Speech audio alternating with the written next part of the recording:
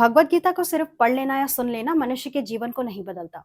उसका वास्तविक अर्थ तब प्रकट होता है जब उसे जीवन में उतारा जाए। ज्ञान सिर्फ शब्दों में नहीं बल्कि आचरण में जीवित रहता है।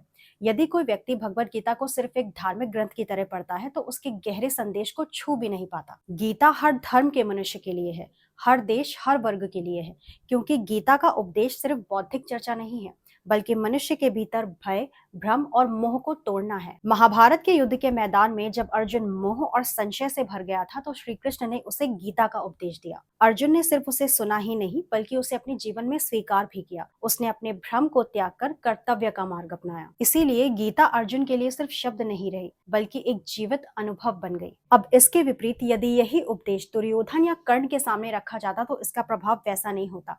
अब इसका अर्थ ये नहीं है कि वो सुन नहीं सकते थे, पर उनके हृदय में अहंकार, हीन भावना और आसक्ति का बोझ बहुत भारी था। जब मन अहंकार से भर जाता है तो सत्य की आवाज भीतर तक नहीं पहुंचती।